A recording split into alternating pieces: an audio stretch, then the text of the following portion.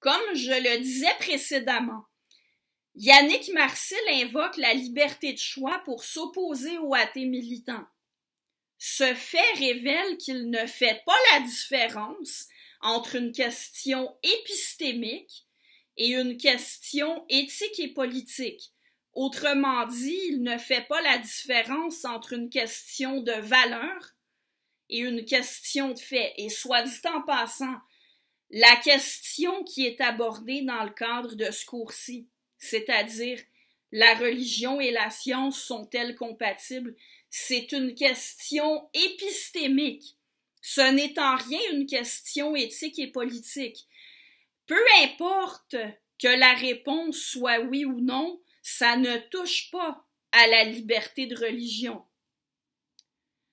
Alors, je dis que Yannick Marcil ne fait pas la différence entre une question épistémique et une question éthique et politique, à moins que c'est possible de faire une interprétation plus charitable.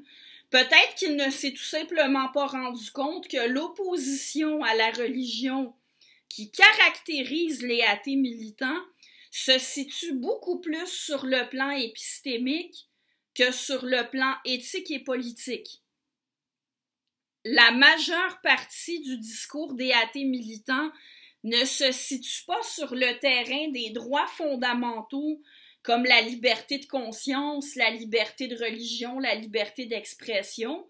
Ça, c'est un terrain qui relève du domaine éthique et politique. Non, leur discours se situe beaucoup plus sur le terrain épistémique. Pour le dire autrement, ils parlent beaucoup moins du domaine des valeurs que de celui des faits.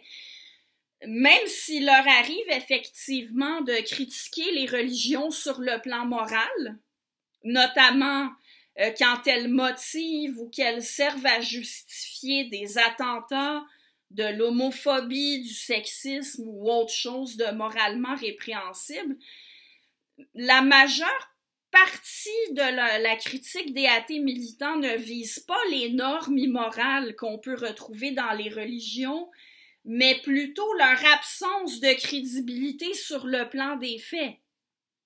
C'est à cet égard-là qu'ils cherchent à montrer que les religions sont incompatibles avec la science. Pour le dire autrement, la question que soulèvent les athées militants, ce n'est pas de savoir si on a le droit d'adhérer à une religion, mais bien de savoir si les religions sont crédibles. C'est comme quand quelqu'un dit que l'astrologie ne fonctionne pas. Il n'est pas en train de dire qu'on n'a pas le droit de faire des cartes du ciel.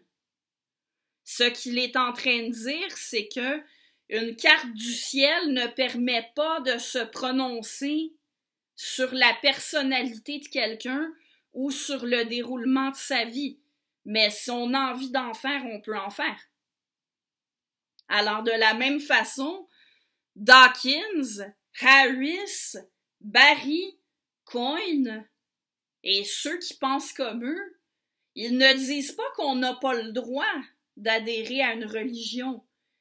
Ils disent que le contenu propositionnel des religions n'est pas vrai et qu'il ne passe pas l'épreuve de l'examen rationnel. C'est complètement différent. Et pour continuer sur la même lancée, en parlant des positions des athées militants sur la prière, en l'occurrence, que la prière est inutile, et les athées militants sont nombreux à aller jusqu'à dire que prier, c'est stupide.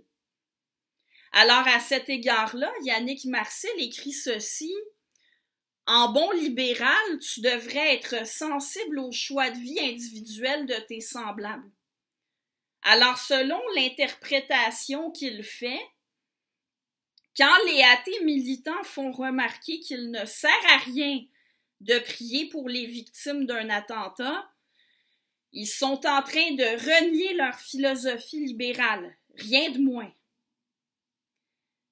Non, personne ne veut supprimer le droit de faire des prières. Ce que les athées militants disent sur les prières, c'est qu'elles ne servent à rien, pas qu'il devrait être interdit de prier. Encore une fois, leur discours se situe sur le plan épistémique, beaucoup plus que sur le plan éthique et politique.